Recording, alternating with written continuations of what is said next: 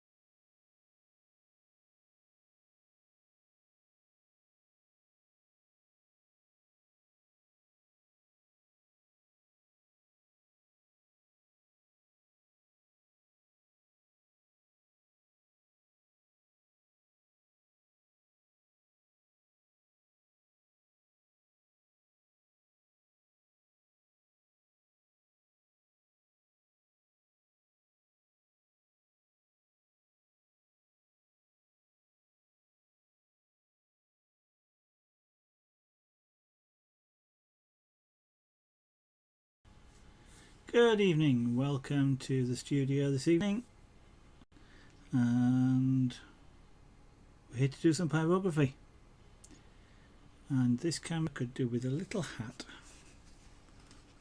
Just give it a little hat. There we go. That'll stop the glare off the light which is just above it. It should make it a bit easier for you to see me, if you really want to do that, that is. Okay, so get rid of some hair off of the one of the cats has been sleeping on this, so I don't want their hair anywhere near the pyrography because it doesn't smell very nice when it gets onto the end of the tool. Right, so what are we going to do?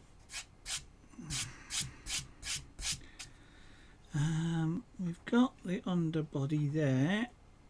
We've got to shade this.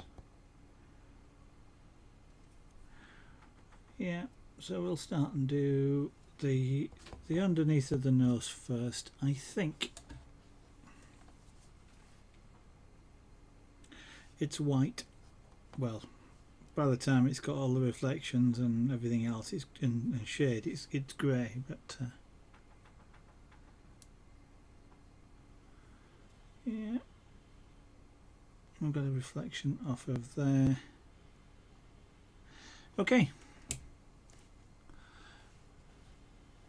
so we'll start by creating a roughly greyish sort of colour, which will be lighter than that which is just above it, working towards darker, I think, but I'm not quite sure yet.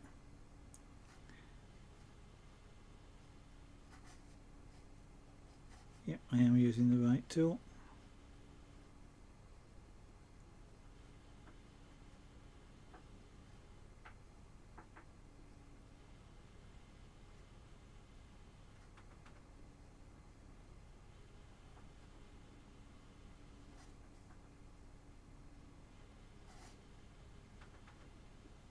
Ideally what I want to do here is come around in the angle of the curve.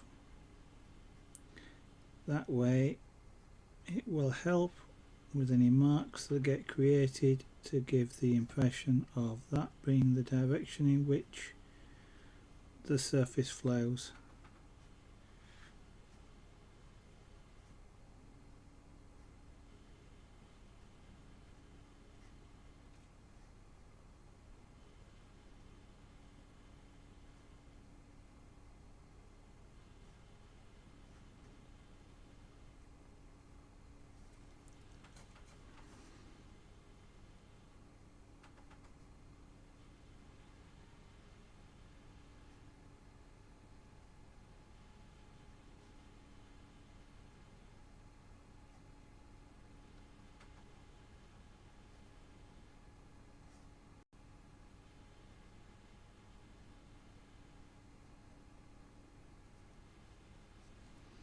Okay, it's not doing too bad. It's picking up the colour.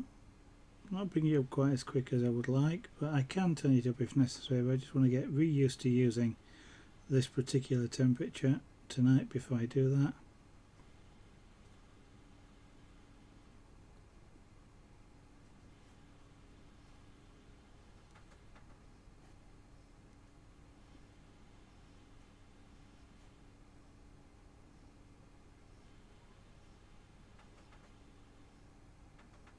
Now this is a wing that's coming out, so this kind of continues all the way underneath, or at least as far as you can see. So this is disappearing underneath that wing.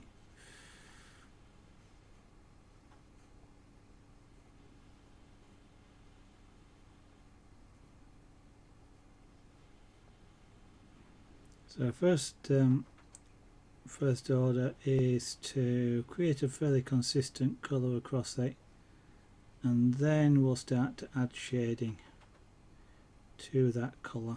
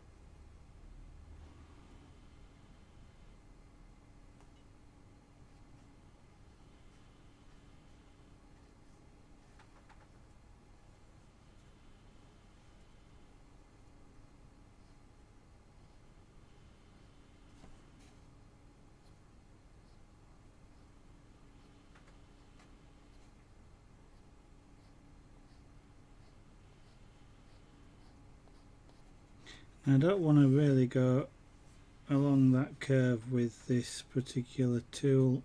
I'll get it darker than I want it to be, but I might end up having to do that just because I'm starting to actually go over the edge slightly, and that just reduces the sharpness of the edge.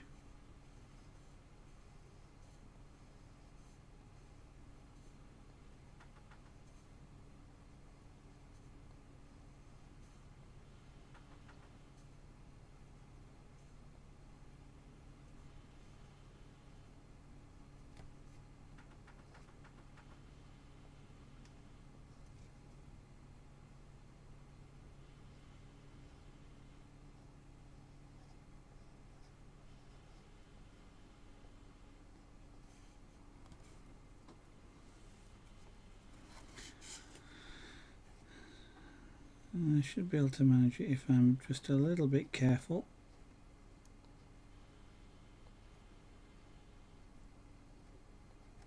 Yeah, you see that edge is getting darker, and I don't want that to happen. Let's see if I can do something about it.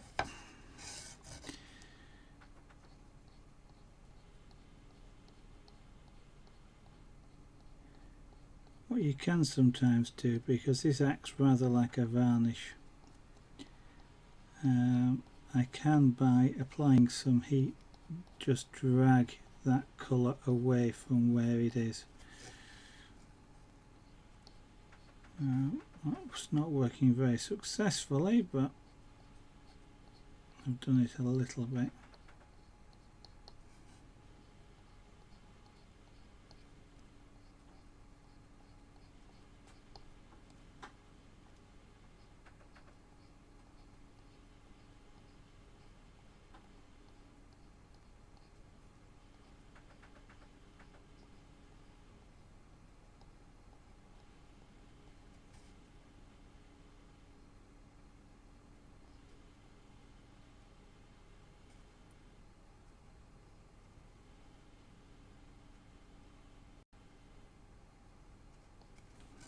Now one thing I have got on here is a reflection of the beam, the track, which is going to be roughly around there. So almost makes contact, well it does make contact with the track from this angle. Now that is quite dark.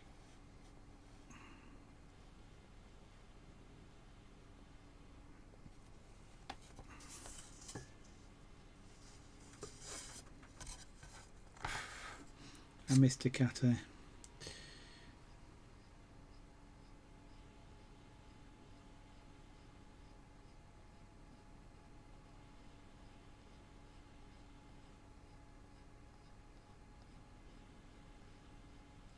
I don't want this particular reflection to be black, but I do want it to be quite dark.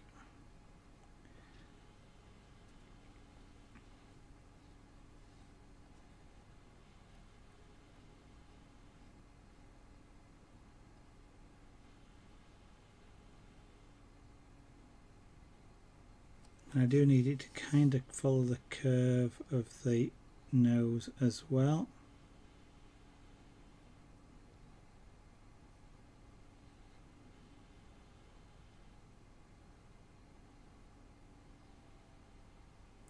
Because we are looking at this in perspective, so we're not seeing the actual underneath the actual exact bottom of it. That's being hidden by this beam, so we're seeing off to one side a little bit. Fluffy Twiglet, good evening. Welcome to the studio this evening. Nice to see you again. Hello.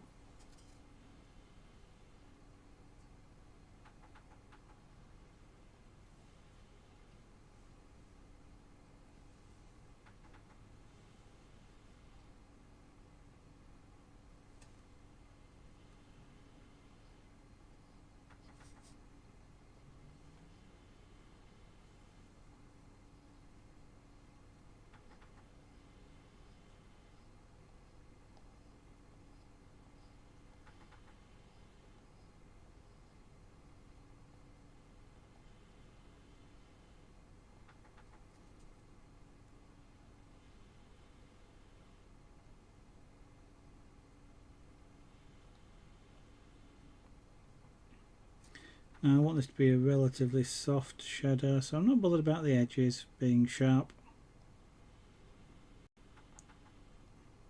In fact, precisely the opposite, I want them not to be sharp.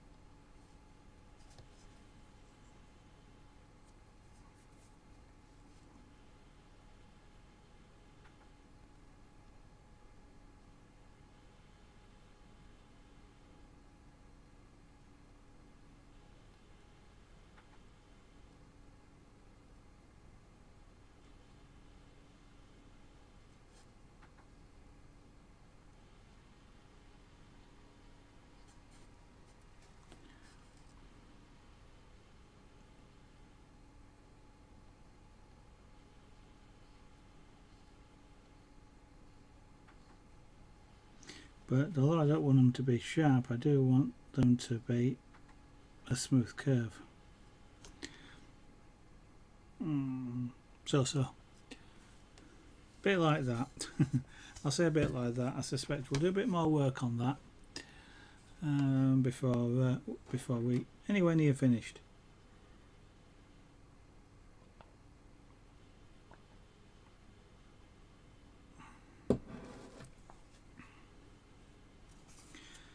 Yeah, because it probably has to go darker as well.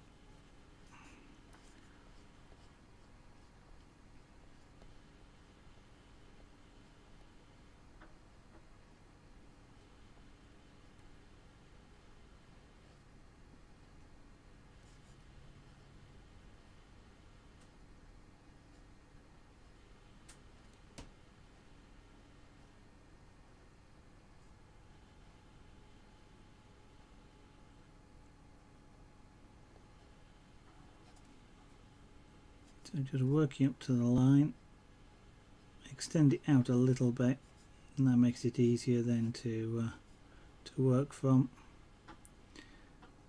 I don't actually have to worry or concentrate quite so much on hitting the edge exactly once I've just coloured the edge in, so to speak.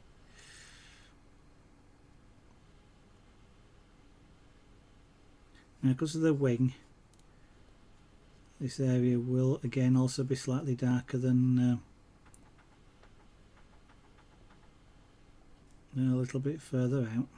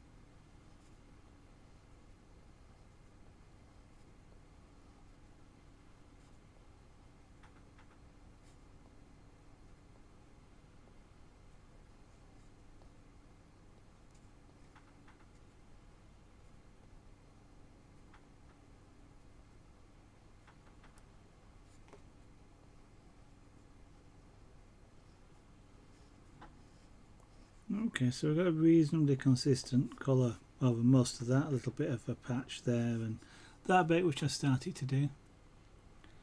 Frozen screen, you didn't even know this was even a thing. Yeah.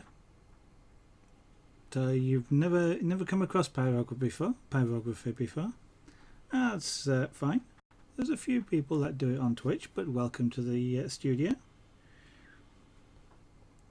So I'll tell you a little bit about it if you've not come across it before. We're using an electrically heated tool, low voltage, so it's safe from a voltage perspective, but it is hot. It's a few hundred degrees, so I'm not about to touch it because it's hot.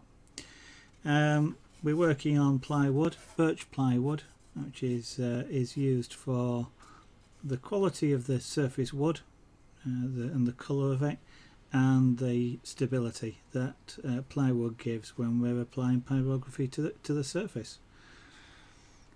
So the object that I am creating is a train from Disney World in Florida from quite a while ago. I think they've replaced them with a newer version now. This is an older one. This is working from an airbrush painting. I did, one of my very first airbrush paintings I ever did, which was done from a photograph, so it's gone through a couple of iterations, and now we're just trying to reproduce something like it again in pyrography. And we're doing it by creating different shades of the brown, so it's a monochrome technique. And we get the different shades by the amount of heat that's applied to the wood, and the amount of heat is controlled well, I could control it by turning up the heat, but essentially I'm controlling it by how long I'm holding the tool in contact with a particular area of the wood. The longer I hold it, the hotter that bit of the wood becomes and the darker it becomes.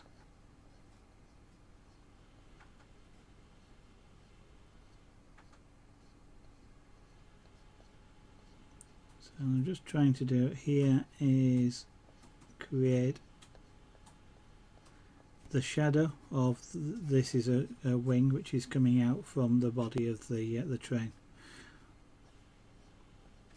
So I am just trying to create the shadow that is being cast by this wing.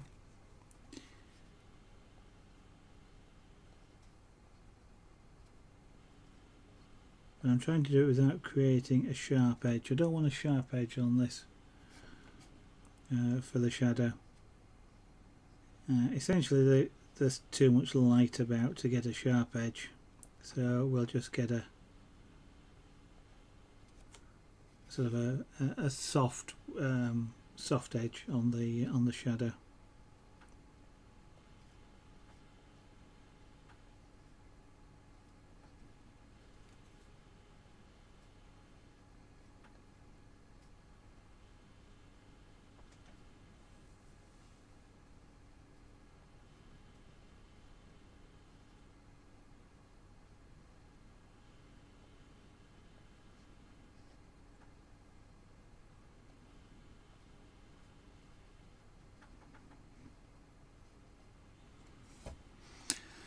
Doesn't look too bad.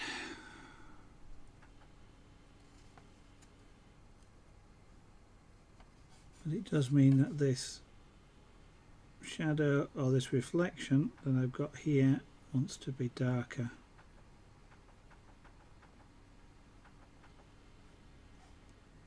The train is metallic, so it's a really shiny white underbelly here, although it looks dark because it's in the shade and it's against the beam. And what this is a reflection of the top of the beam.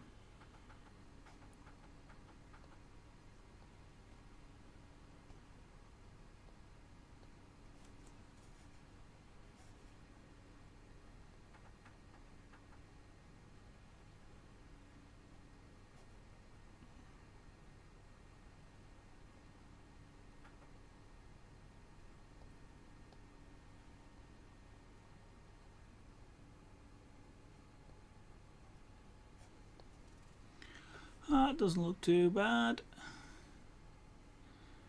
So now then, effectively what we now need to do on this is to apply kind of a graduated sort of shading as well. That's the core shade or the core reflection of the beam. Around that is going to be a somewhat lighter reflection of the beam. As more light gets in.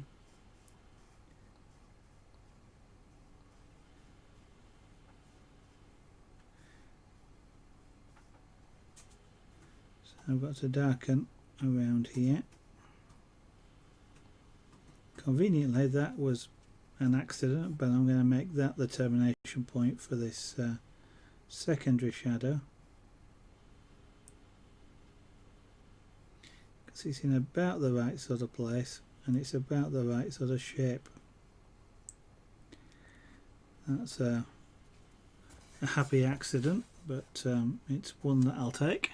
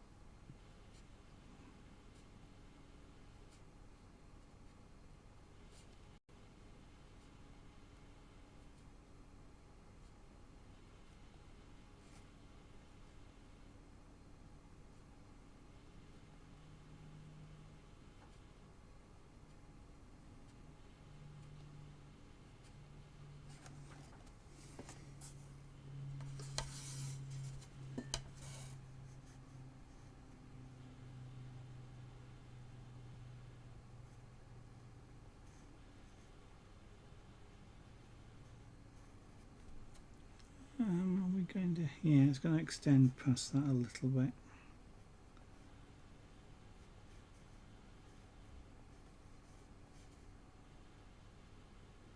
We'll bring that core shadow down just a little.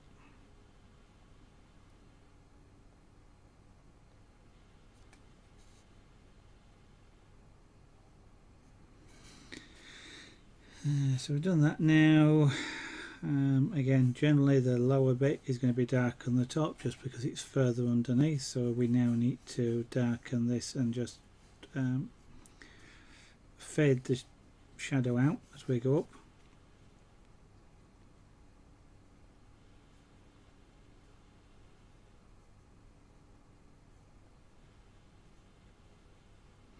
I've now got to not get as dark as that, but get slightly darker than that.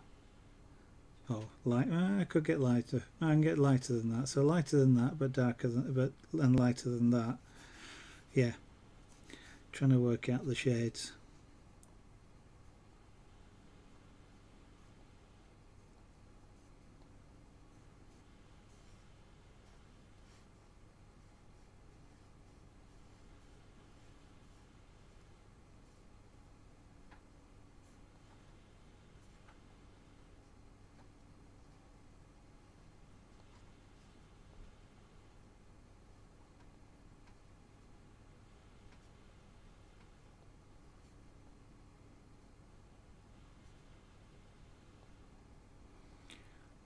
You can only just see that happening on the camera.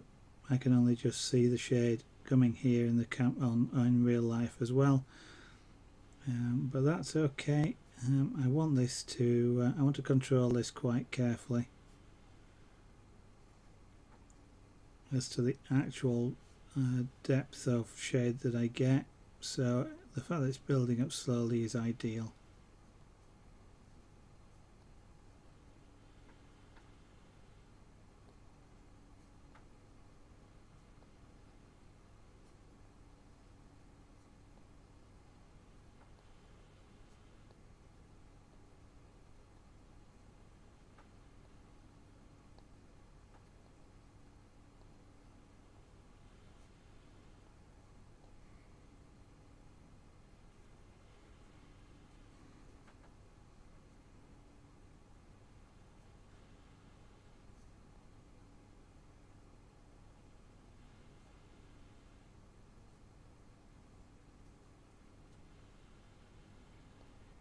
Now if I get this right, it'll start to help it look more three-dimensional than a two-dimensional sticky thing just slapped on a piece of wood.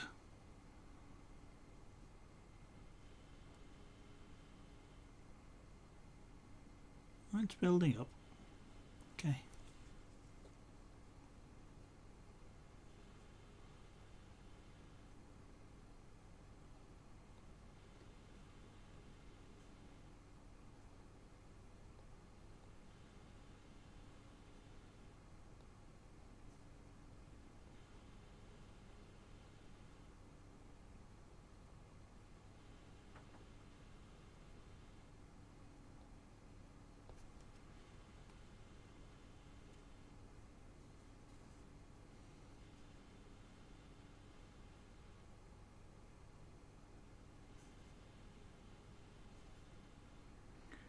Now I'm going to get a little bit lighter. Around about there is about the end of the fade that I'm looking for.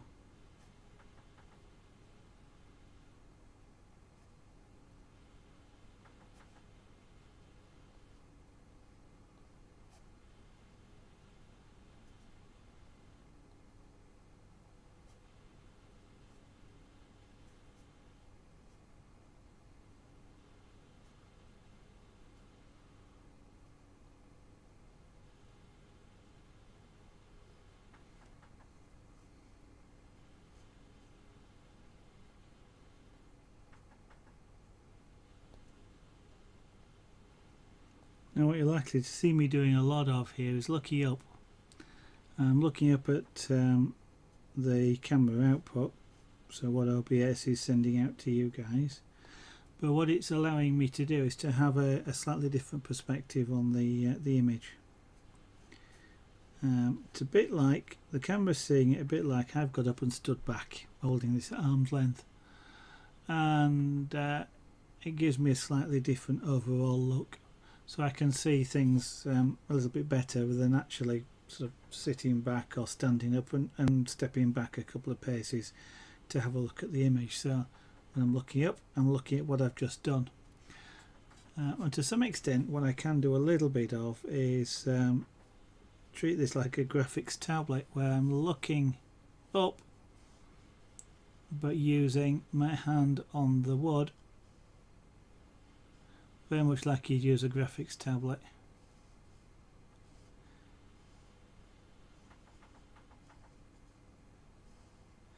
The control isn't quite as good because I can see in real life shades developing a lot easier when I look down, but it is a useful thing to be able to look up and see what's happening.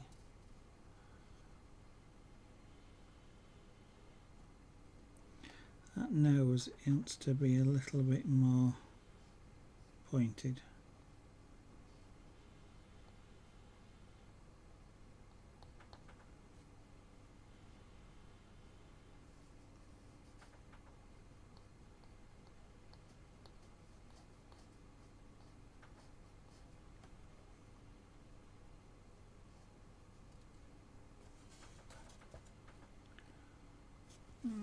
And that wants a little bit more shade in. Just there, it looks a little light.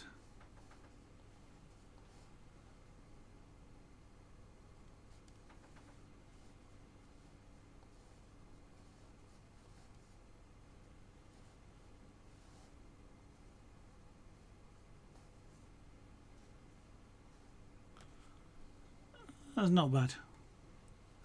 That's not bad at all. Now then, the next thing I want to do is turn that heat down. We've got a couple of headlamps to go into here.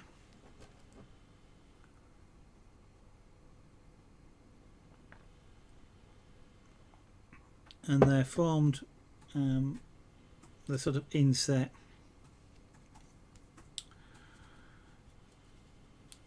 So, no. Whilst I can pyrograph left-handed, that's a silly thing to do at this point. Got the heat turned down quite a bit now. This will allow me to be able to be somewhat more tentative.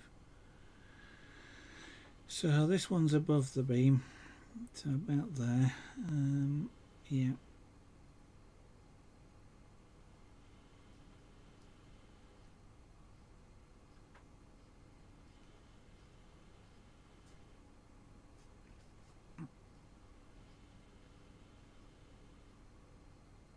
Now the useful thing about this is the shape of this tool is almost exactly the shape that I'm after.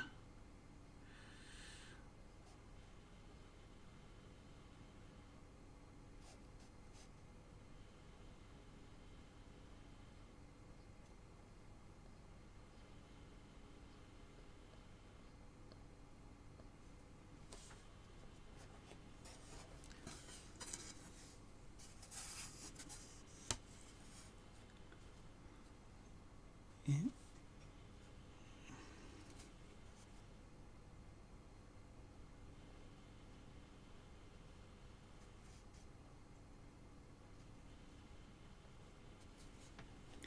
Could we be a little bit more pointed?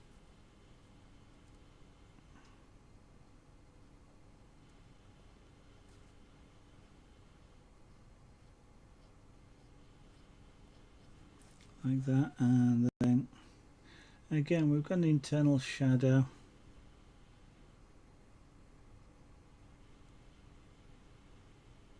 In here.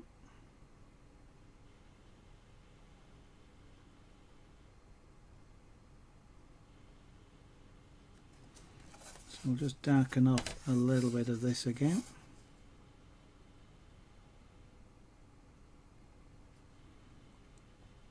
Now I've got quite a complex sort of shape going on with the shading, so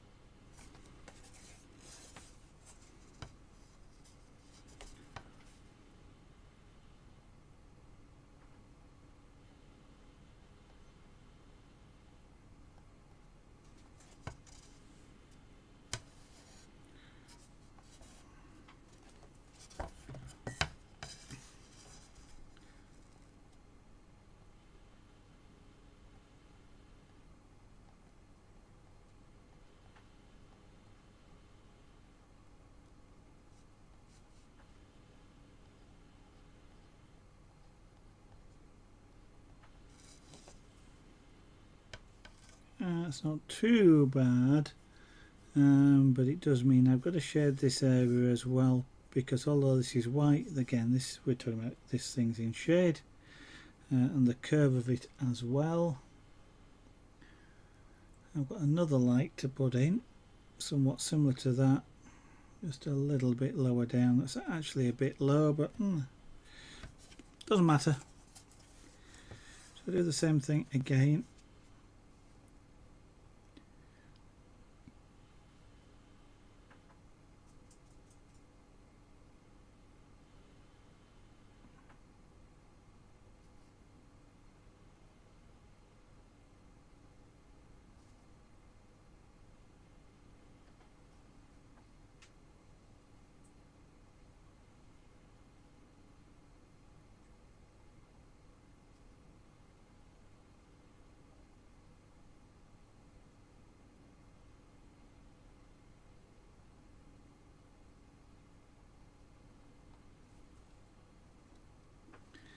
With being a little bit larger.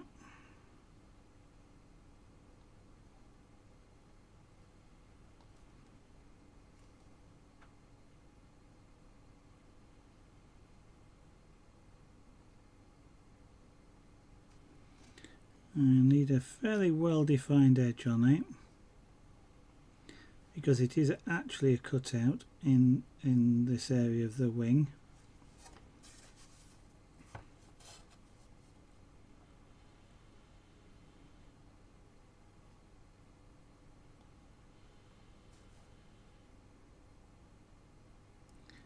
And again, as with the light above it, we need to add a little bit further shading internally.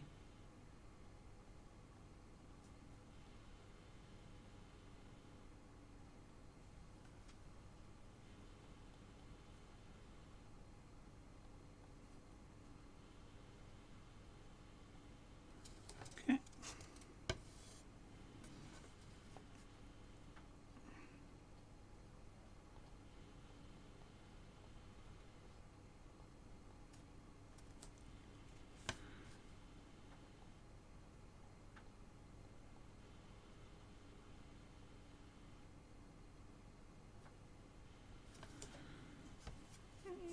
To be a bit darker, it's not showing up quite so well.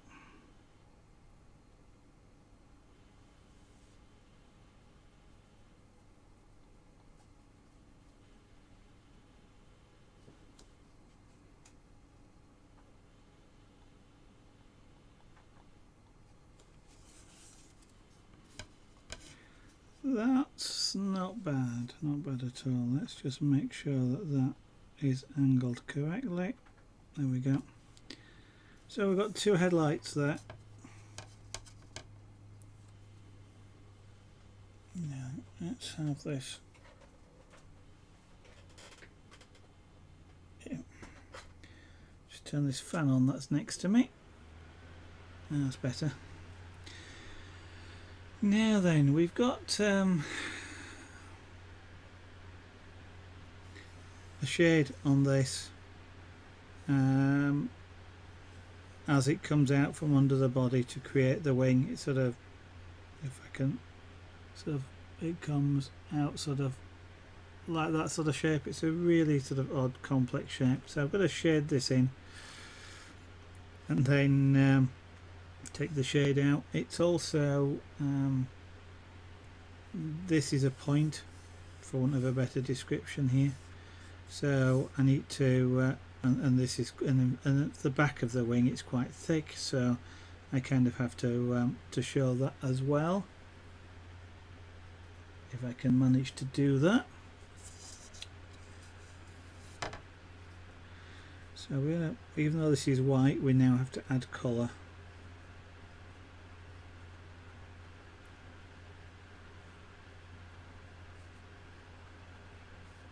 So I'm going to try with a light, just a light shading.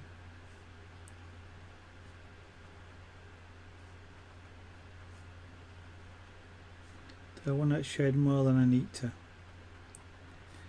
As I say, this is white, so I don't really want to start to generate a darker colour and have to adjust everything around it.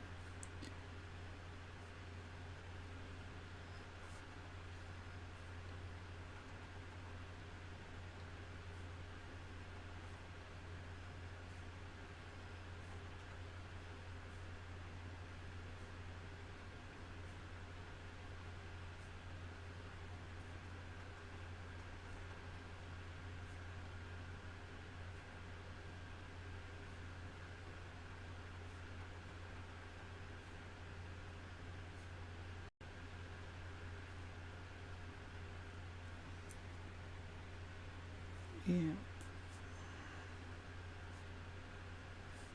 So that's sort of down that direction there. Yeah, that's kind of where the crease is. Moving from the point to the full thickness is around about that sort of place there. So in adding the shading, I've got to include some of this area as well.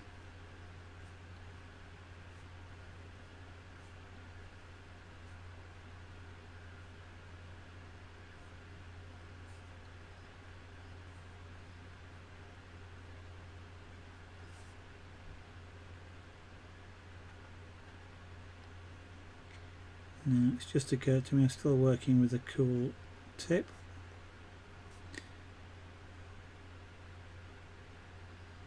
But a relatively cool tip does it make it easier to keep things smooth and consistent.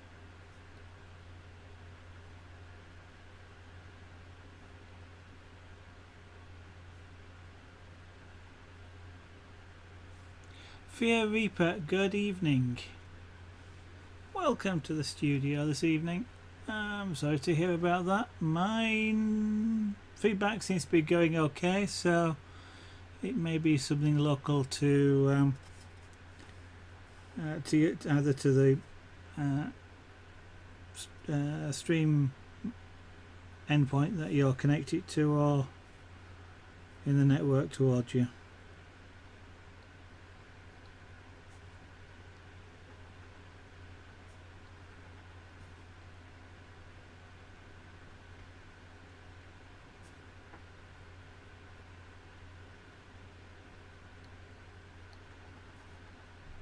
Now I can go over the edge of this line in doing this. That doesn't bother me. This beam is going to be darker than this area. If nothing else, it's in quite a bit of shadow, obviously, where the train's running over it, so going over the edge isn't a problem.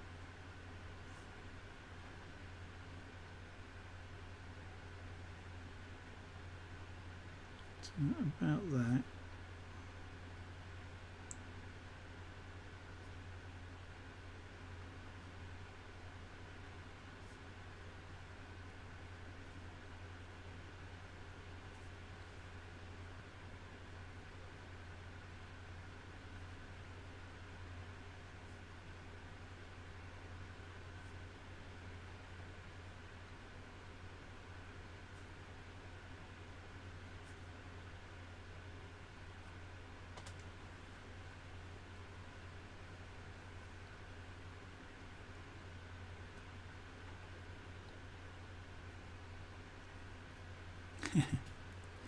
Well, as long as it settles down, doesn't matter where it was, does it?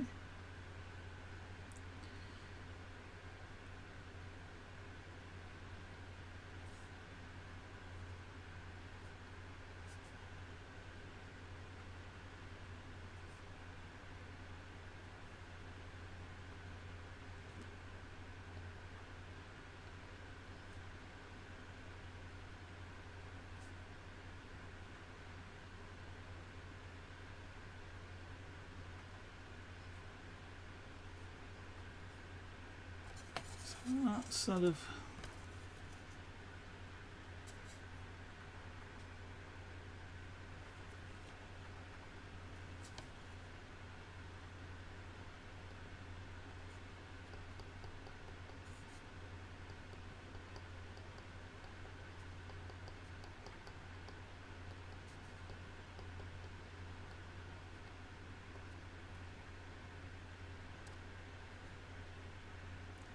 that doesn't look too bad.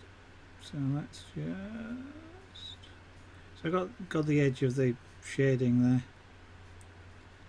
as it moves into sort of full daylight.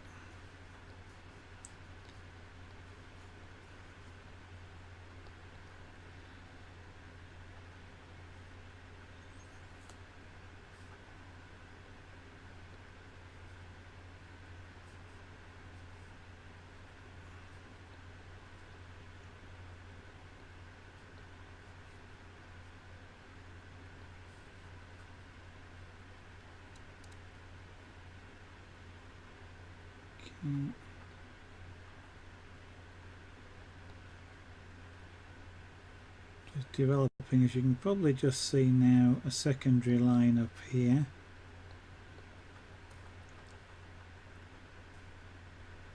Laser, good evening. Welcome. Nice to see you again. I trust you're doing well.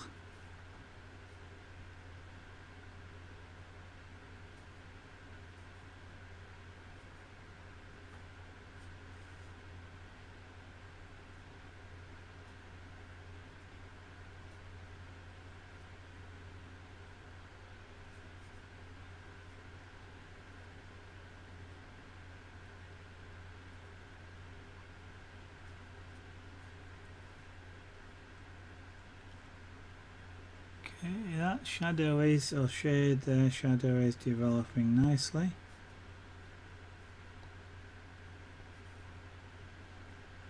At this stage it's quite a subtle shadow.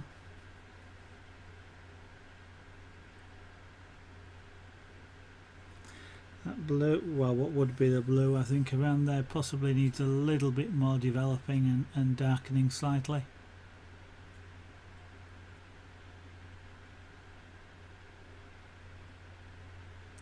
It's interesting this. I'm not sure it works as a monochrome image too well, or not as a brown a pyrograph monochrome. It's sort of there, but the colours make a difference when you see it in colour.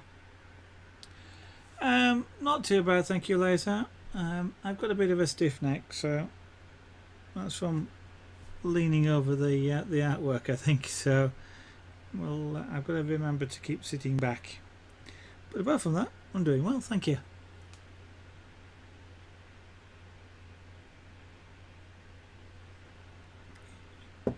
I perhaps ought to kind of dig out the easel if I can fit it on this desk, so that I can sit working backwards, sit back and work on an easel. Because you tend to lean forward over it, and then you're supporting your head, which gives you your neck ache.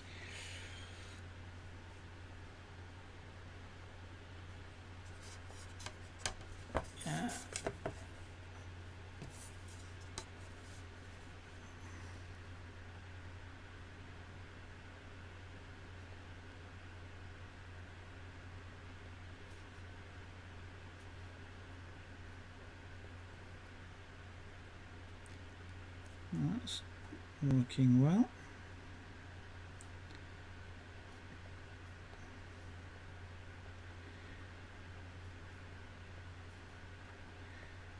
I quite enjoy working with the tip temperature turned down, because you can be quite subtle then in getting the shades like this. Is just I'm painting sort of a slightly darker white, and it's a lot easier with the tip temperature turned down.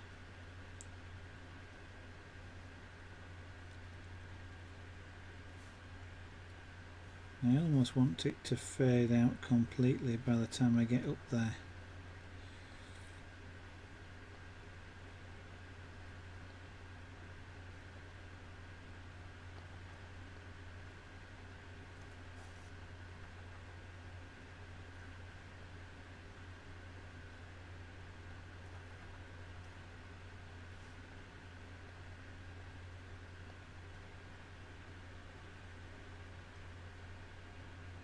Yeah, same thing. I guess you got to remember to sit back and look, put a book upwards, right, or whatever you're working from.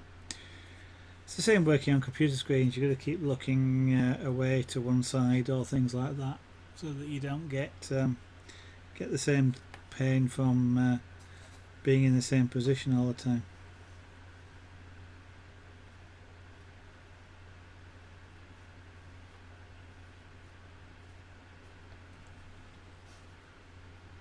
So having just reminded myself I ought to do it.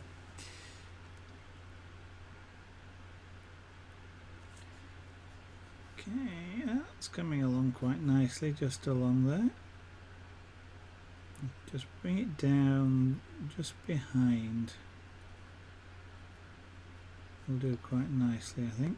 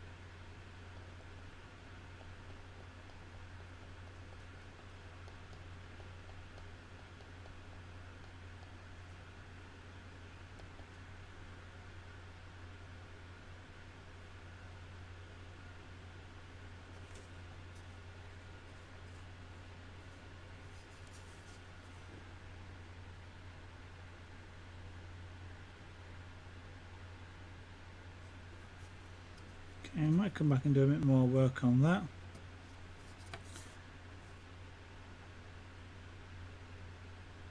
You almost certainly will come back and do some more work on that area.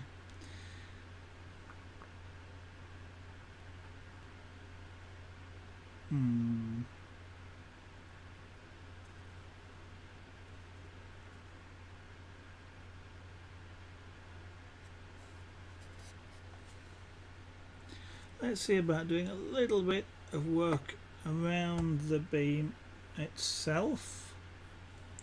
So I'm going to get a pencil out for this.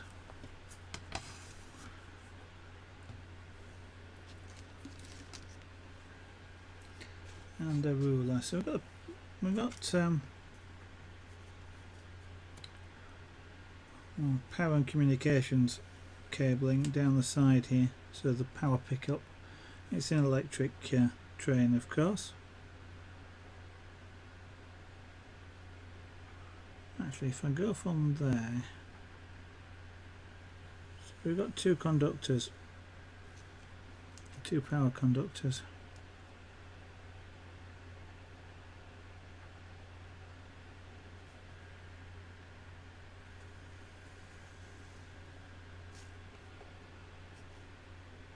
Right down.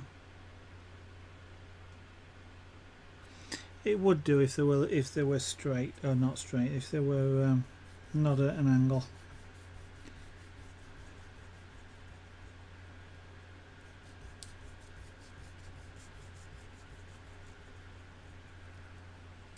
So I'll just draw them in again.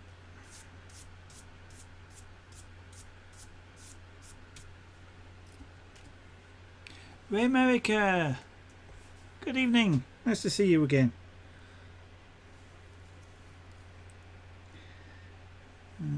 Decided not to lurk this evening. What am I drawing? It's a monorail from Walt Disney World in Florida from quite a few years ago. I believe they've replaced them all now with a newer model. I don't know what they look like now. I ought to have a look, I guess. But this is being drawn from a reference, which is a picture that I airbrushed, one of my very first airbrush paintings, and I saw it the other day. I thought, I tell you what, it'd be nice to try and recreate it as pyrography. So that's what we're doing. So I've got that in. It's the best way of doing this. We'll try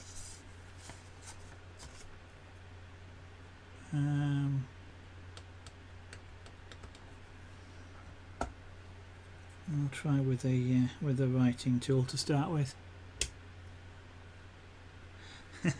You've been spotted, indeed. But the only reason I mention it is because you're in the chat now. I wouldn't have mentioned it otherwise. Let me put this back in. I need to work at an angle.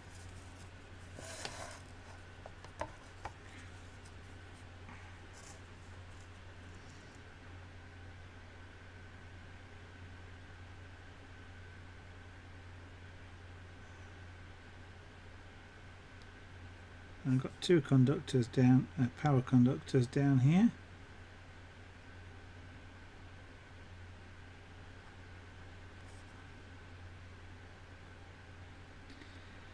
And the trick with these is going to be making them look three-dimensional, which will be mainly done with the shadow, since they're actually stood off the beam by about a couple of inches. What I'm going to do is apply a drop shadow to them.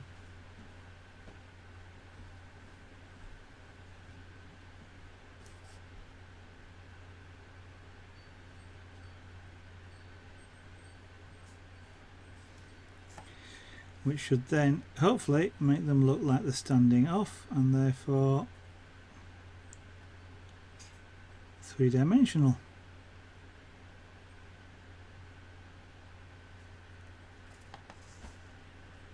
Oh, you're making a dragon scale. Oh, you're having fun with that. Have you got past the first 3 rows yet? Once you have, it becomes more fun to do. That's assuming your idea of fun is the same as mine, which is not struggling for ages trying to get rings to go in the right place.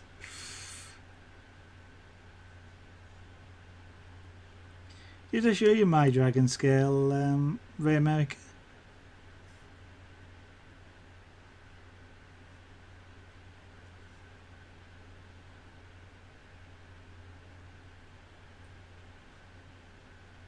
I had to go with it.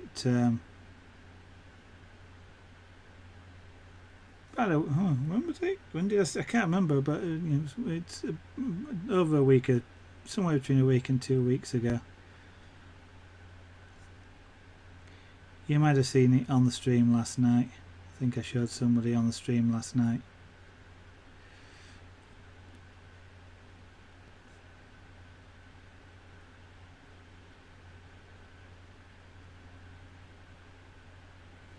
Okay, for the minute I'm just concerned about getting this line in sort of straight. I'm going over the pencil mark. That is cooking the pencil mark. It's not a problem on this because I want the conductors to be quite brown. They are after all copper.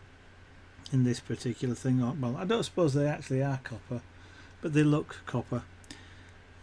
Copper, I guess, would wear out too quickly, but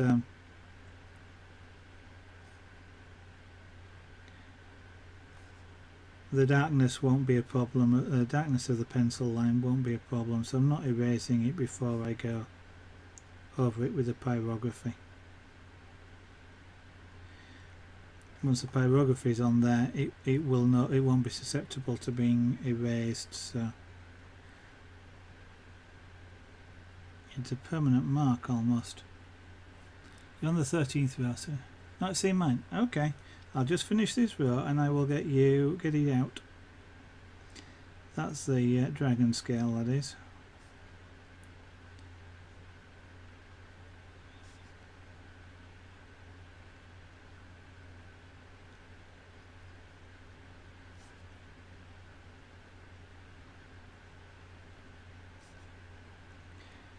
It's a lovely tactile weave, but there again, most of the weaves are lovely tactile. I love just playing with them when there's a sufficient length.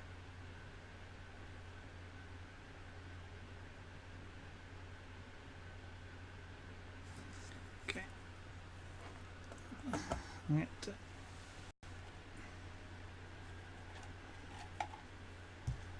There we go. One.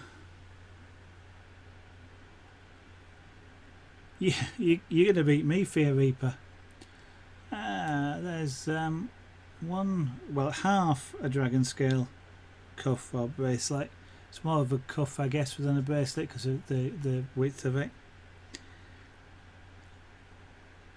And it's a deep rose with a purple internal ring. I love the way the blue actually glint. The blue. I'm calling it blue now. The purple glints inside. We're not on a particular. Let me just. I've got a new light which I'm playing with. I haven't quite worked out the best position for it, but that position was not a good one for the jewellery. It's on a snake as well, but that means it tends to sag.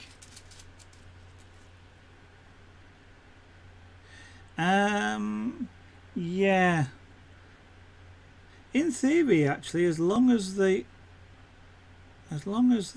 internal rings go through the external ones, it shouldn't be a problem. What you may be doing, and it's something that I made the mistake of. Have I got something pointy? See if I can show you this. Let me just zoom in on this. Where's my mouse? There it is.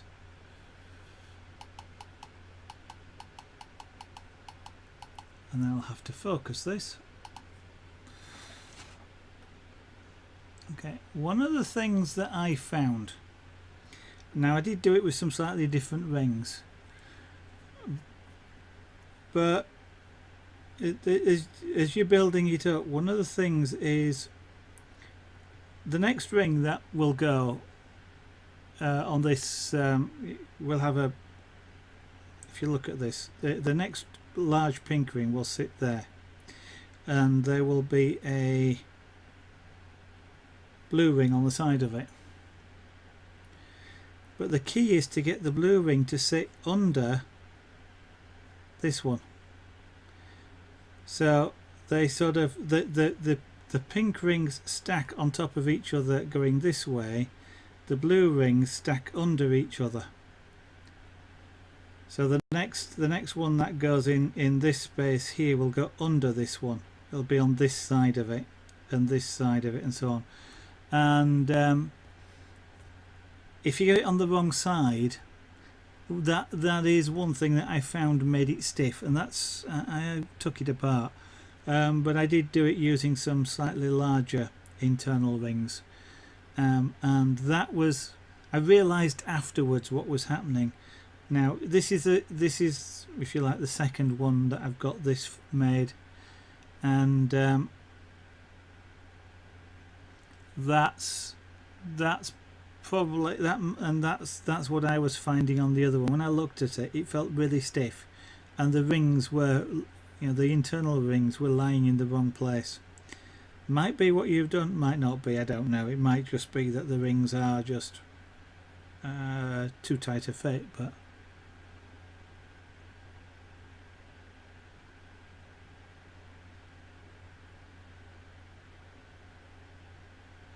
and then if you look at that, again, that's the end of it. So as you can see, these rings are about 2/3 the width. In fact, I suppose, what am I using here? I think the pink ones are 1/4 inch internal, the blue ones are 3/16. Now you're scared? Nah.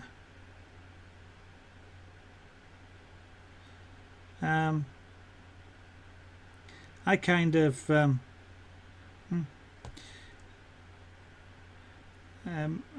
suppose, yeah, I haven't got around to it. I did intend to try and do what I'd done again, using, because I like doing things with tiny rings as well, so I think I wanted to try and use something like 3/16 rings on the outside and some smaller ones internally, which is where I was finding them tight.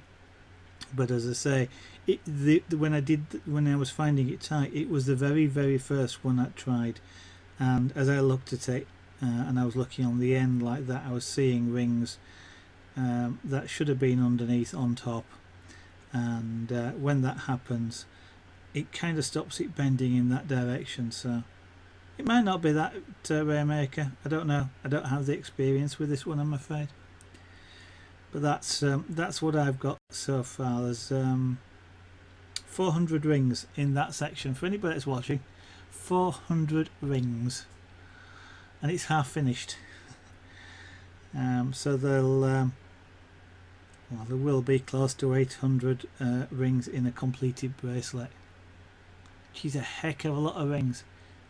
And as Rainmaker's finding now, it takes quite a long time.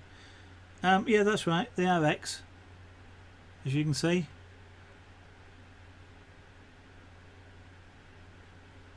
The blue ones are lying in that direction, and the pink ones are lying in that direction. And I keep saying blue, but they're purple. So it is an X. And if you look carefully, you can see that each successive blue one is on top of the one to the left of it,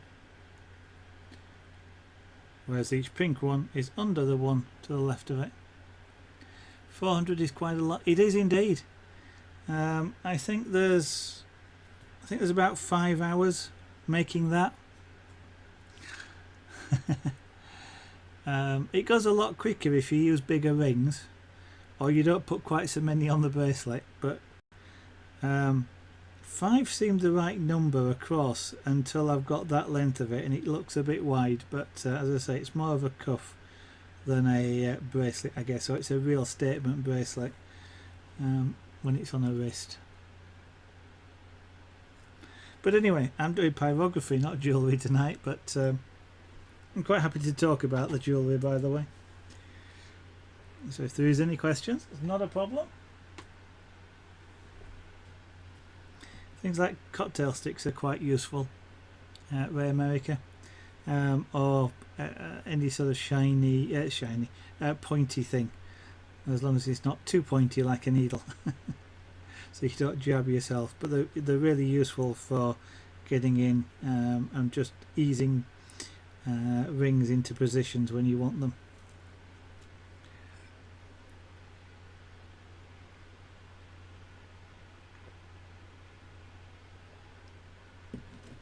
Yeah, no, by all means.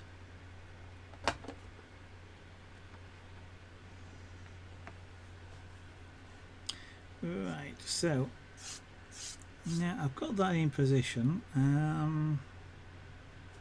Before I make those lines wider, what I'm going to do is put in a couple of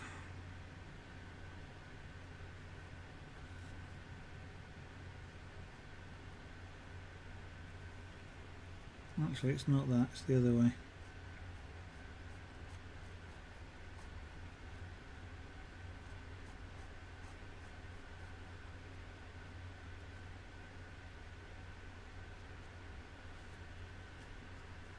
Effectively support clips.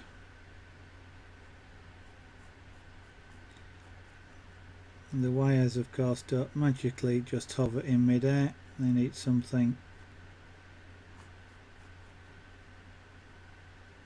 that holds them in position. Now then, that's about that far apart, so I'm going to expect the next one to be off frame, which is good.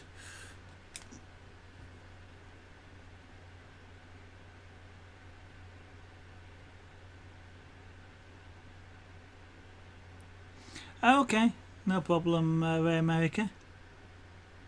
Nice to see you again, and good luck with the chainmail, and with that weave in particular. It is a nice weave when it's done. It's a lovely weave. College and school is starting. I don't think they start. Well, I don't know when college over here starts in about another week, I think. So I guess people will start to move in shortly again, but I don't see it much.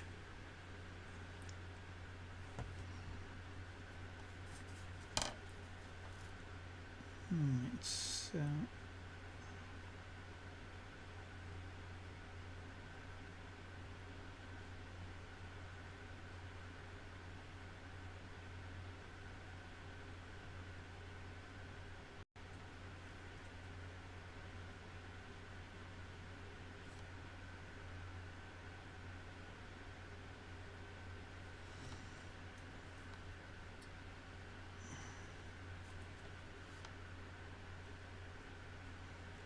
I'm using this pen very much almost like a pencil.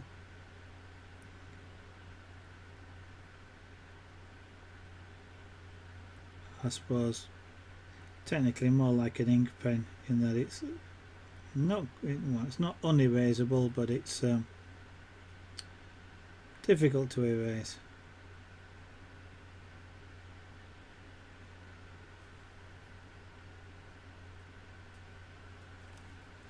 So we'll switch pens again before I do anything more with those. I think the conductors want to be a little bit wider, that's for certain.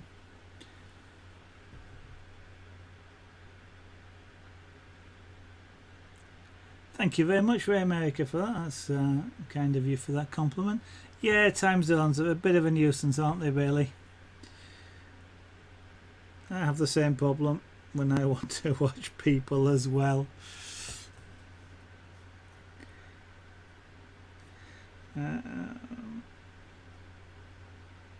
Okay, I'll turn this over.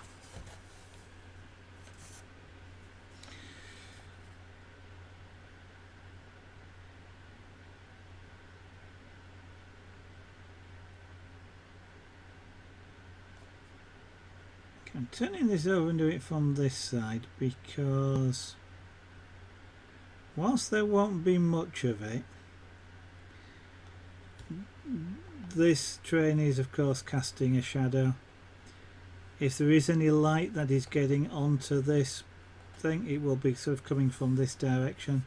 So if I work that way, the left hand edge of it here will be naturally darker, and I kind of will get that sort of slightly lighter from this end effect for no effort.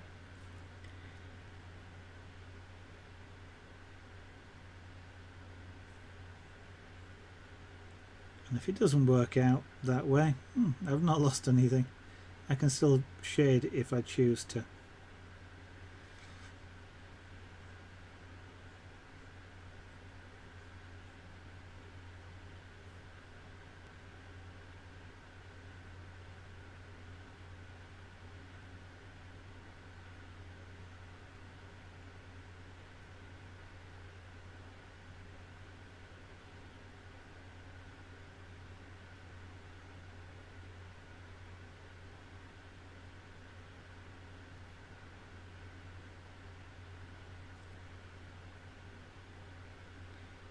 I guess I guess I probably shouldn't have put an outline on that edge there, but it's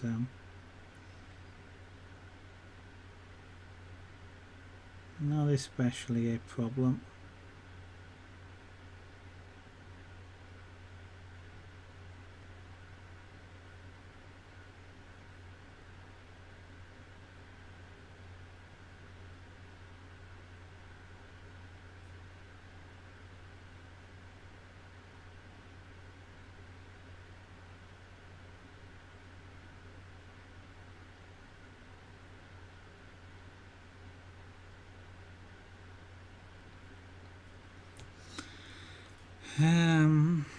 It's a 3D object. It will have a side on it and potentially a bottom, but for the minute I'm going to leave those off. What song do I really like? And a number between 1 and 100.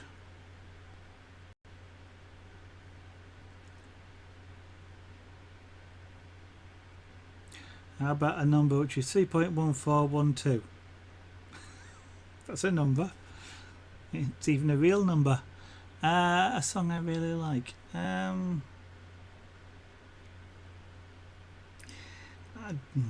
implies a sort of a favourite song. I don't know. There's lots of songs I like. It really depends on the mood. And actually, songs is. I don't listen to a lot of songs. I listen to music. So vocals don't generally come into it, unless the music is Vox Humana, which is vocals, but it's used like music, and that can be really haunting music. I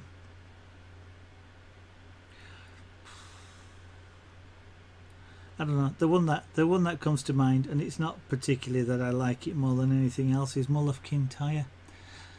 Not an option. So there you go. There's the song. A song I like.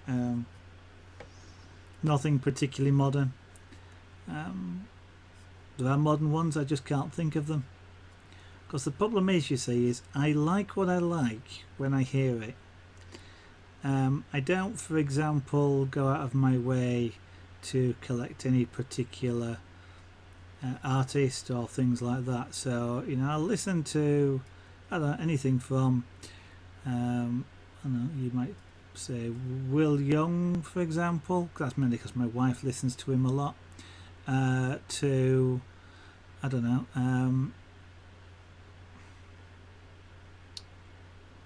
I'm now desperately trying to think of the name of the two people that I can see in my mind.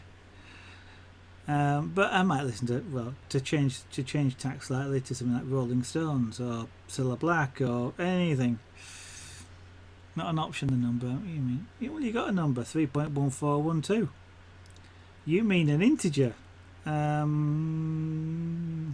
Random integer. 84.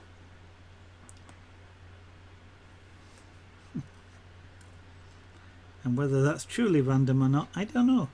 It's really hard for humans to come up with random numbers. Yeah, whole numbers.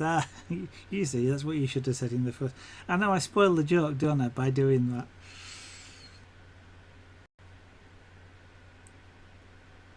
How do I want to do that? I want to do it. Yeah, why not?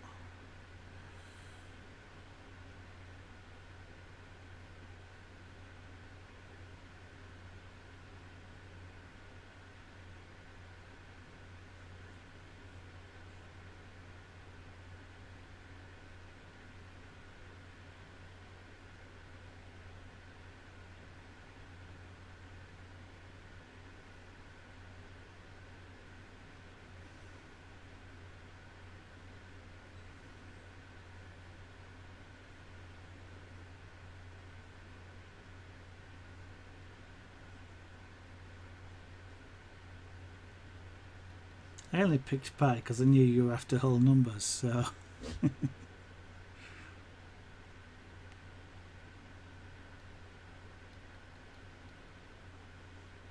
My sense of humour, you see, sometimes.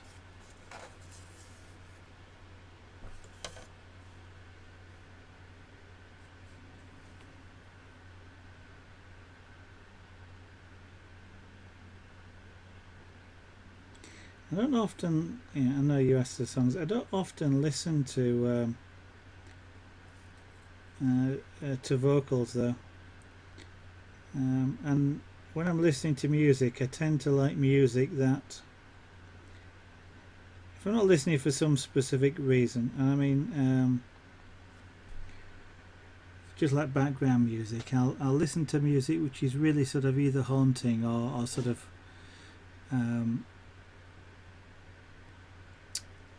uplifting type music in a way. So I mean, there's odd ones like a lot of the Star Trek themes, for example, have got quite a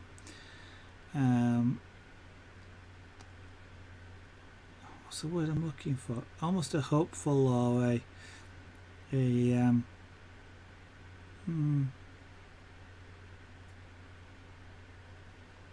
oh blimey, so I can't. Yeah, I'm thinking of things like Deep Space Nine or Voyager, that sort of music, which is sort of got that. The sound of it is sort of really sort of hopeful, futuristic. Life is out there, go get it type of thing. I like listening to panpipes quite a lot as well, and flute music, just because the sound is quite a pure sort of sound.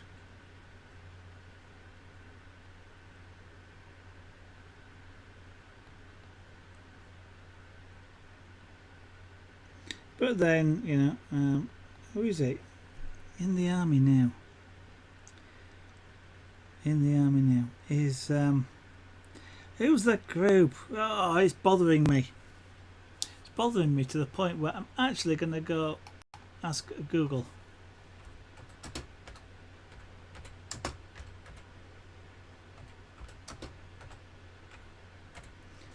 Because I know who it is. Status Quo. That's it. As soon as I saw it, I knew what it was.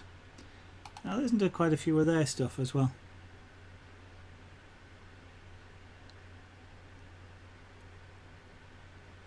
Okay.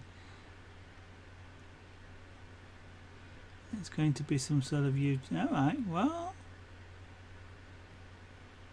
YouTube streaming service. Sounds intriguing. For music or videos. Don't forget copyright then if you're using other people's.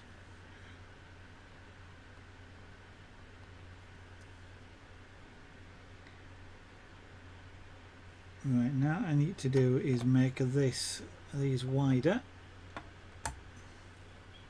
because actually that's something amongst other things, I've been looking at music. Because I know it would be nice on like the background of this, unless I'm talking all the time, and even when I am, it kind of would be nice to have music in there so that I don't actually have to talk all the time to make the stream not sound silent. And it might be hard occasionally to shut me up.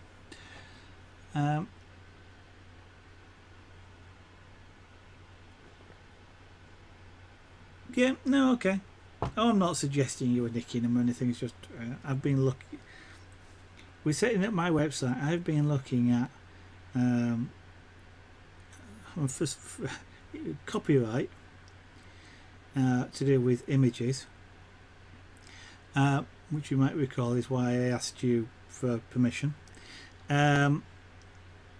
Copyright according to music, which is just an incidental thing that came onto it to play music with regard to the stream. PCI compliance because of credit cards. Information Commissioner Office, the ICO in the UK, because of storing people's names. Then there was to do with hallmark regulations and laws to do with hallmarking of jewellery. Just all that sort of legal stuff has been in my mind. Terms and conditions, distance selling regulations, and then you get sort of terms and conditions of payment providers. I have spent about a month doing nothing but reading legalese.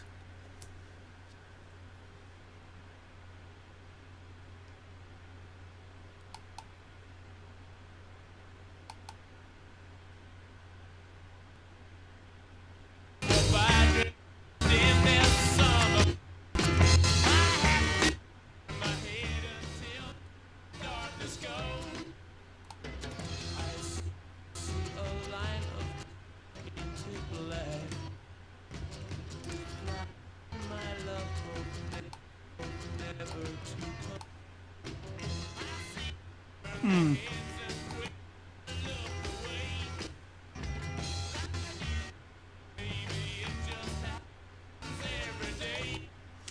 As you can see, there was a problem. Or rather, as you can hear, there's a problem. That's Chrome. Was that? I can. Let's and I've got more than enough bandwidth to download. Let me copy that. Let's try that with Edge. Now I have to be a little bit careful. I don't want to play too much of it, as I say, because of the copyright stuff. But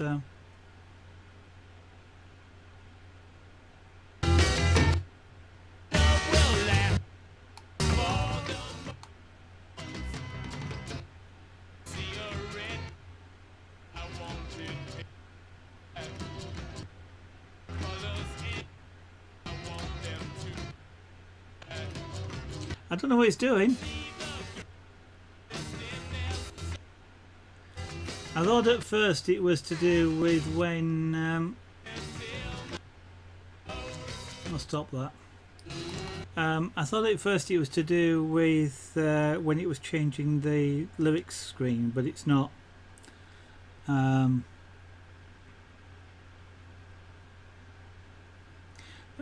not being able to pause them. That was. I'll have another look at the after the end of my stream, because I don't want to play too much, because you're playing YouTube videos, but I don't see any copyright information, so I don't want to play that too much. Short snaps are okay, so we'll get away with that, but don't want to play it for a long period of time. I'll have a look after the stream. I suppose I could try it on Internet Explorer as well, but I gather it's not going to make any difference. And two clients are on the same channel.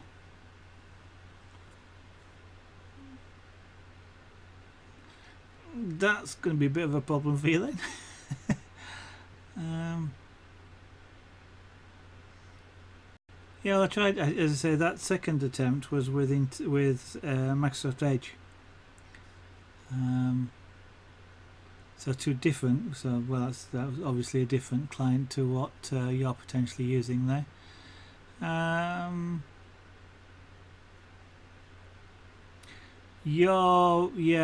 You're reading the same port, aren't you? You're attaching them both to the same port, so what you're getting is the port handlers being confused, because the two clients are reporting different positions on the stream.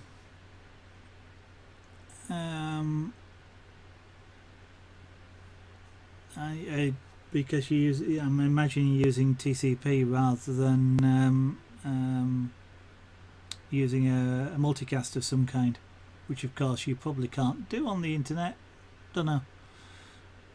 I haven't played with multicaster on the internet a lot, so at all actually. So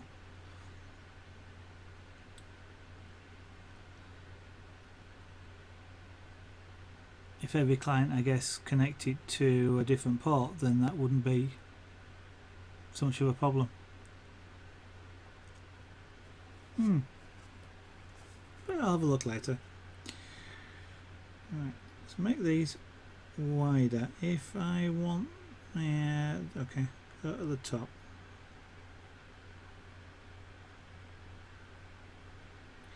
Actually, it's not really a problem. Let's just round these off.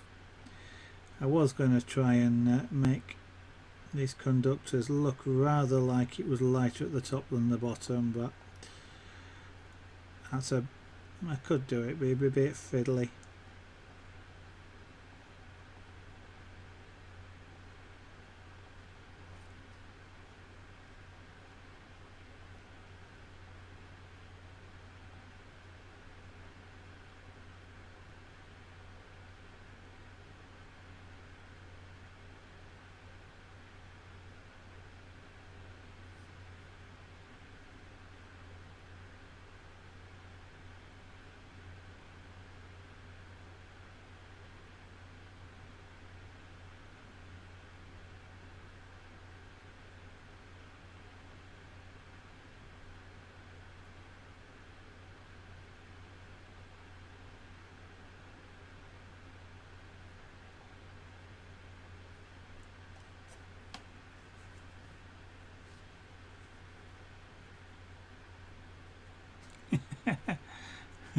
be. I don't know anything about HTML5 or video players, to be honest. I haven't done much in the way of networking, network applications.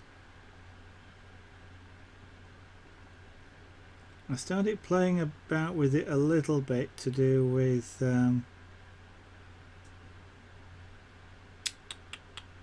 Euro Truck Simulator, because I wanted to take the telemetry data off of it, and needed to be able to connect that telemetry data to an arbitrary number of clients, but I wanted to offload the processing from the telemetry into API. So the telemetry API was doing the least amount of work possible within the Eurotruck thread or thread family, and so I was looking at network programming there and discovery of auto discovery of the sources and things like that.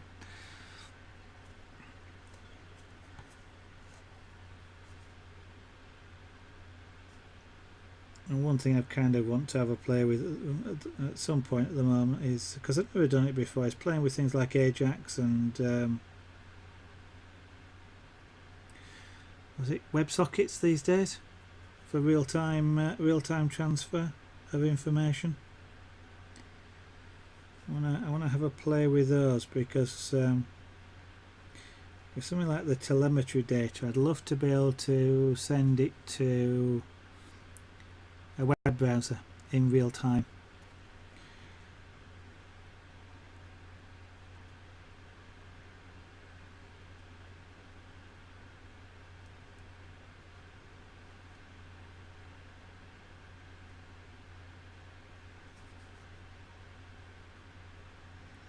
Mind you, having said which, I'll probably end up playing with things like PHP as well, because I kind of want at some point to put together my own inventory application. Yeah, WebSockets. Yeah, I couldn't quite work out the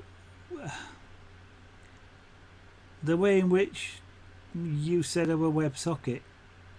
It was a bit confusing to me.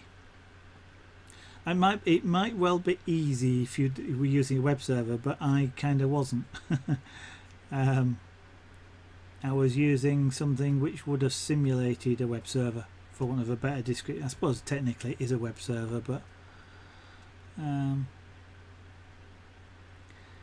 yeah, because I actually wanted the push, which the only thing that would let you really push was WebSockets, unless you basically created a stream of like a multimedia stream. Of course, I've no idea what I'm talking about really, but because I didn't want the client having to pull. I wanted every time the web server got a new frame, I wanted it to push it out to all its clients.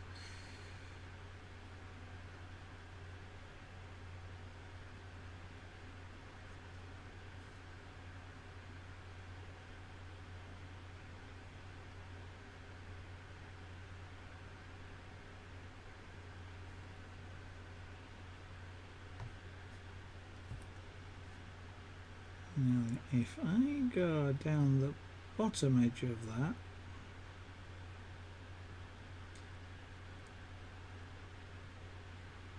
I will be applying a little bit of shading, only a little bit.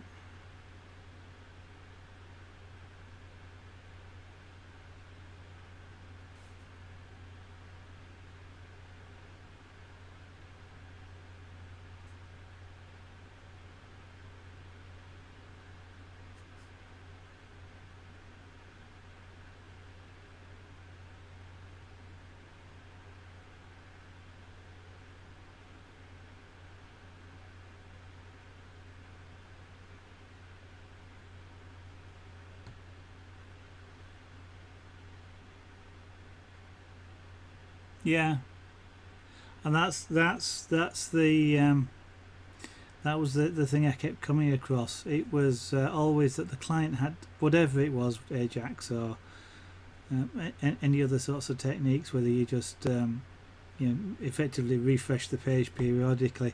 You were always it was always client driven, and that then potentially meant if the server had no data to send, then because the client with telemetry data, the client would have had to refresh, I don't know, 4 or 5 times a second, and you know, and if there wasn't a telemetry frame available, now okay, this wasn't carrying hundreds of connections, so not particularly that much of a problem, but if there wasn't any telemetry available, the client was just spinning its wheels really, which is an odd pun, and it just seemed as though it was the server would have been doing too much work for no gains. That's why I was kind of looking at the WebSockets, but as I say, I couldn't understand them to start with. I haven't had another look at them yet, so they might be extremely obvious, but as a project it's kind of gone on the back burner.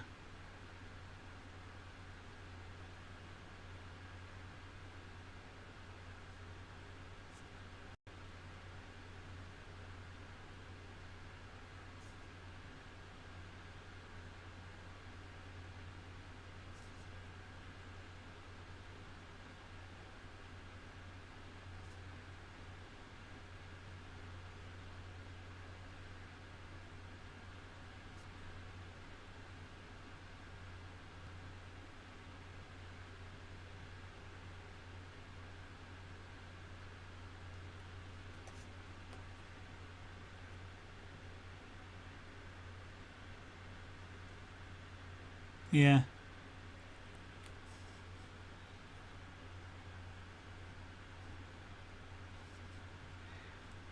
In my case, it would have been kind of like a personal pseudo server on your own machine, running a pseudo server just to feed telemetry data, formatted telemetry data out. So you could use something like an iPad or an iPhone, or anything else that would receive a web page basically and display it. Or you could just use sort of the protocol, if you like, and display it in some other way as well. So I wasn't expecting sort of tens of clients, maybe 2 or 3, but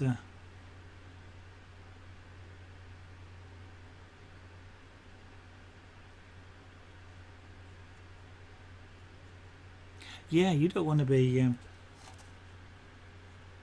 I noticed potentially it was pulling videos from the from YouTube, so I'm assuming it's going direct rather than you passing them through. That would seem a little bit silly.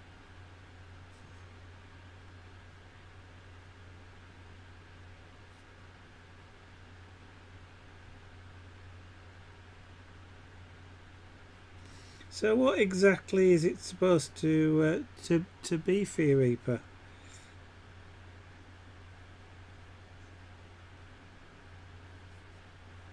I mean, it looked just as though it was a streaming list of videos to pull up, and it's kind of like, can I do that in YouTube itself?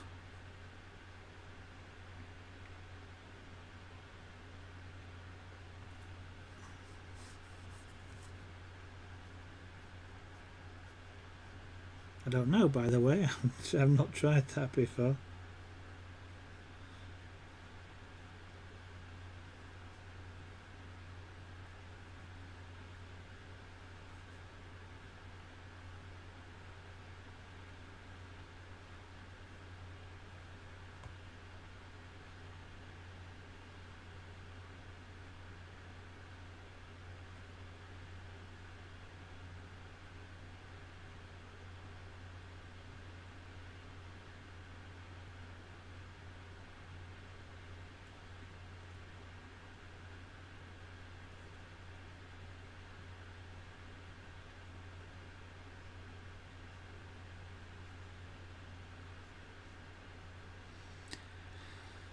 Okay.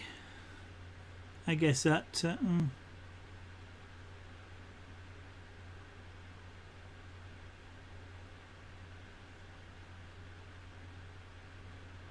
yeah, so the... yeah, some people have some bots that... local bots that do that, don't they? They can add music to a playlist.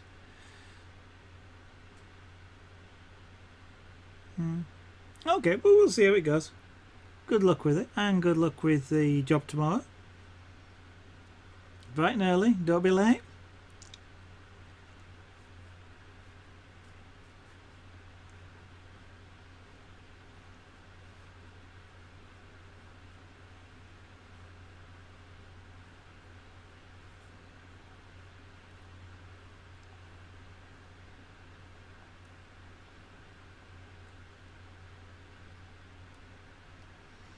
I shall maybe be thinking about it. I have a day off. It's a public holiday in the UK, so I'm not at work tomorrow.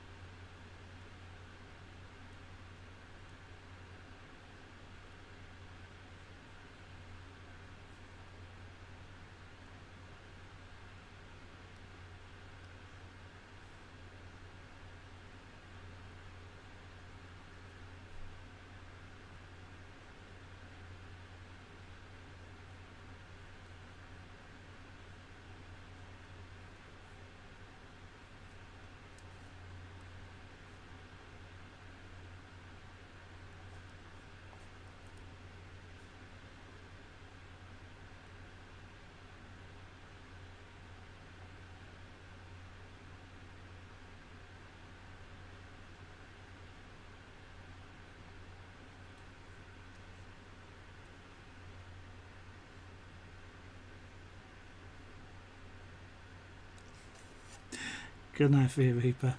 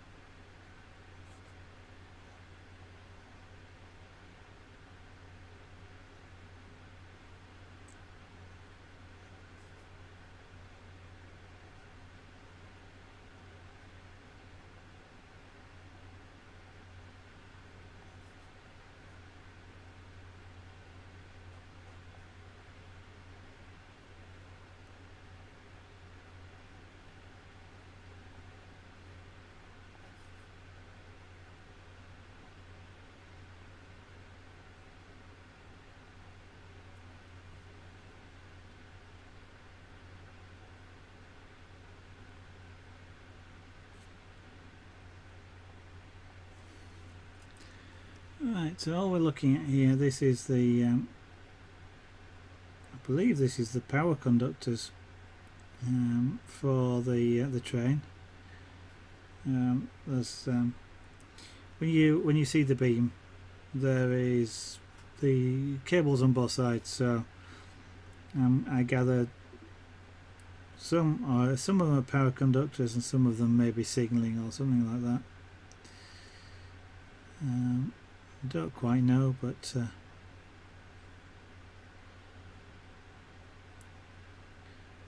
just putting them on this side. It adds a little bit of detail to what would otherwise just be a plain grey blob, really, of the beam, because it's a smooth concrete. It doesn't have a great deal of texture, and I'm hoping that just the texture of pyrography being applied, which if I'm less than smooth about it, which is an opportunity to not be smooth, then it'll have enough variations in it to sort of look concrete-ish.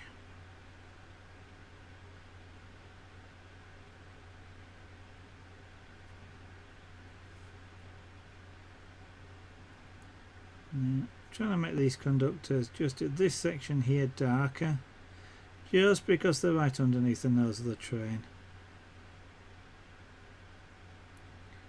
so there's less light hitting them. Actually, if I turn this up a little bit, not too much, otherwise it gets too hot, but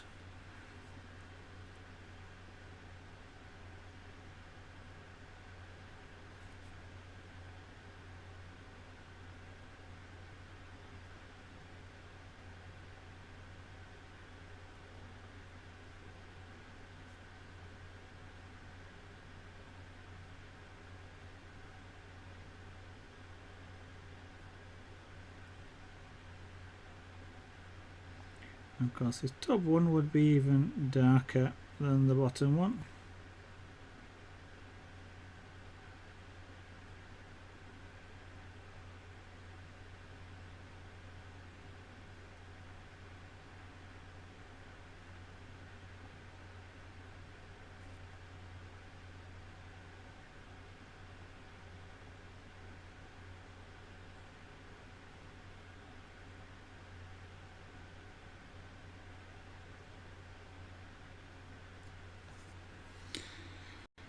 Okay, let's just put that pen over there. Right, what I'm going to do now is there'll be a shadow from those.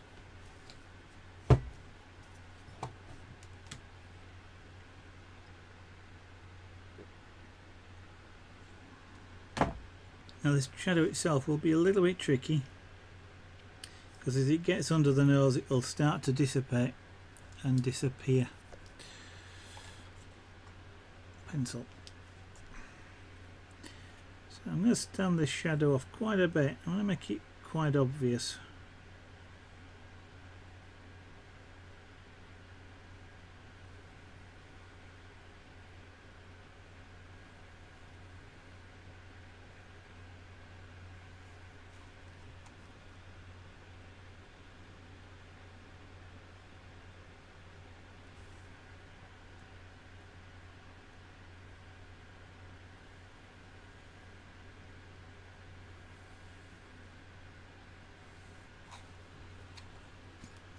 That's not bad. Now then, for that to work it has to be quite dark. We've already got these quite dark, so it could be a bit of a challenge.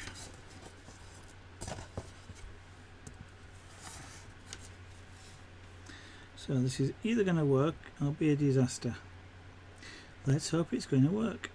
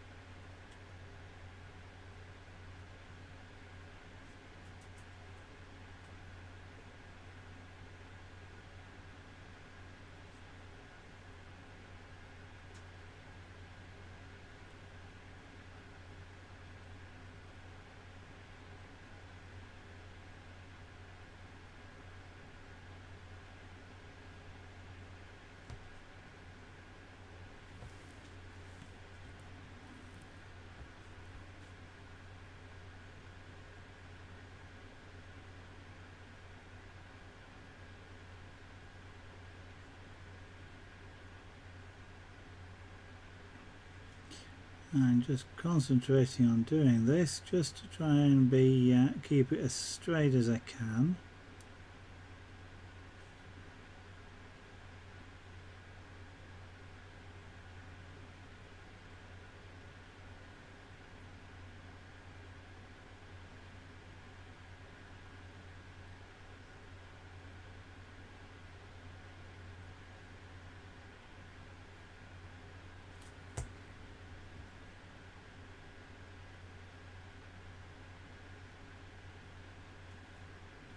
And the blocks themselves that are holding this wire will actually also cast a shadow, but I'll deal with that in a while.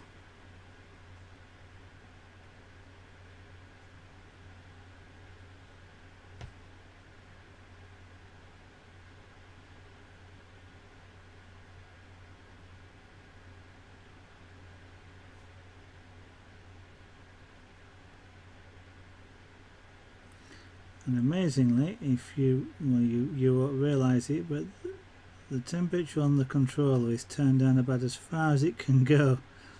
That's how quickly this particular pen heats up.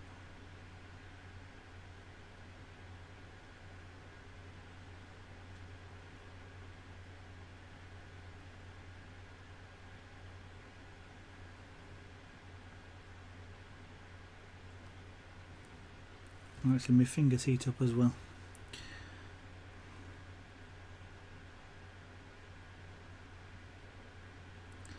I'm kind of stopping this halfway up here because it'll start to get lighter and lighter.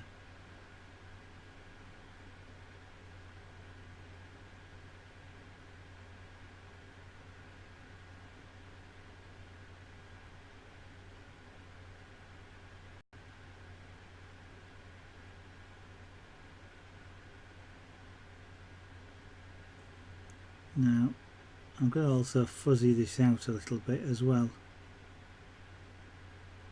It's rather too sharp a shadow at the moment.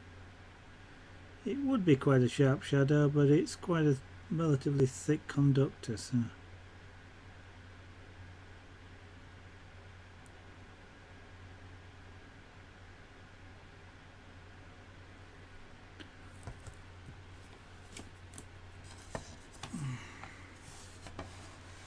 not sure that's going to achieve what it's meant to do, but we shall see. The way to assist in doing that is going to now to be put in at least one of the shadow edges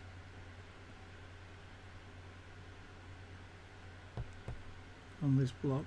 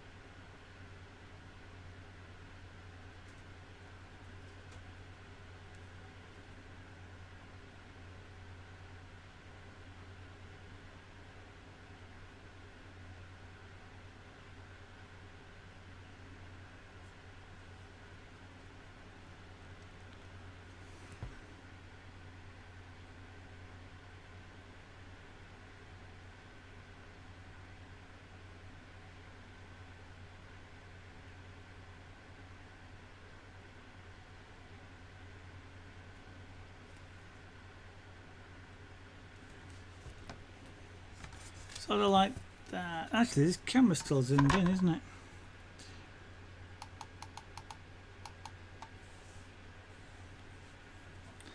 Now then, just the addition of that dark edge on there makes the wire stand out. And you've now got the shadow from it. You can see in front of the block that's holding it. You can see the shadow of the wire, and it kind of all makes sense now. So just literally adding that edge around that block makes the difference. Now at some point as we go across here. This gets the shadow, of course we're under the nose, so the shadow really is going to taper out fairly quickly and sort of go just very light. I still need something to indicate that this suddenly hasn't stuck itself down, but it's going to be a lot more sort of a fuzzy shadow. But we're now 10 o'clock and it's about time to finish for this evening. Let's zoom this out a little bit more. You can see the whole thing.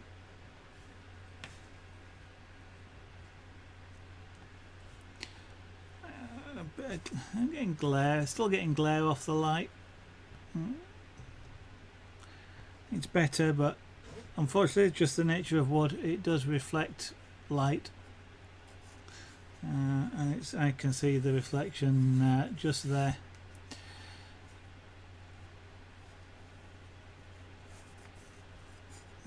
Can't really get away from it, but that's about the best, I think. So what we've done today is coloured the nose, added the shading under the nose and the reflection stroke shading up here of the beam top. May extend it a little bit further and extend the shading a little bit on more as we get more into the towards the end. Applied shading down the front here of the wing. I call it a wing. It's where the the wheels underneath support it on the beam, and we'll put at least one wheel in, if not a pair of them, at some point. But this wing sort of comes to a point here, so rather like a boat comes to a point at the bow.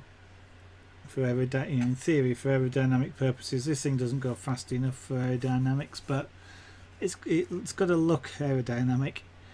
So it comes to a point, and the shading there is intending to give you that impression that it's curving away. We've added the two headlight sockets. That's where the headlights are in there, and we've done a little bit more shading down here as well, and we've put the power wires in, and we've put in the shadows for them, so that they actually appear to stand off from the beam. So that's tonight. Tomorrow we'll just carry on, do some more of it. As to what exactly we'll do, I don't know. We may get onto the beam itself, or may do something else in respect to this, because we've got a pan underneath, sort of a tray, which I imagine is there to stop any debris or drips that might come off the train getting onto people underneath, because after all, this was going over the top of your head in Disney World. So got a couple of options there. Then we're going to think about, maybe do we want some sort of background, some tree bushes down here just to fill in some area. Maybe it comes up over some of it a little bit. I don't know. We'll think about that a little bit later on. And do I want anything in the sky? Do I want to leave it as it is? Do I want to colour it slightly? I don't often leave uncoloured wood, but we might do on this particular occasion.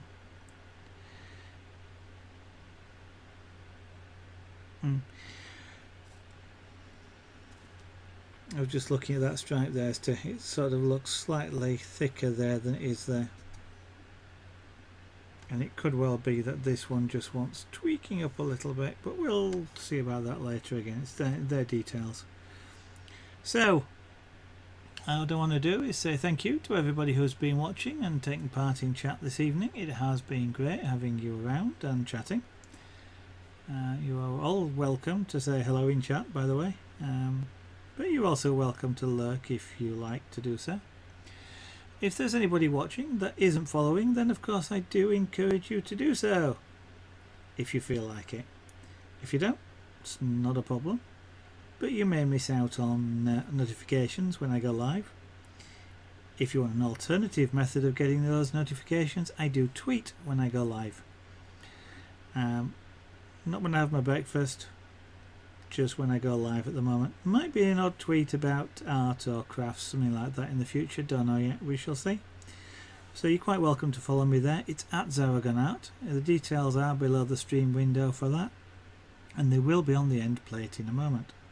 On the other hand, should you just wish to try and catch me on my next stream or any other future stream, I stream from 8 PM in the UK, 1900 hours GMT, or about 2 hours ago it was 8 o'clock, so that time tomorrow, and 7 nights a week. Thank you all, hope to see you again, bye bye.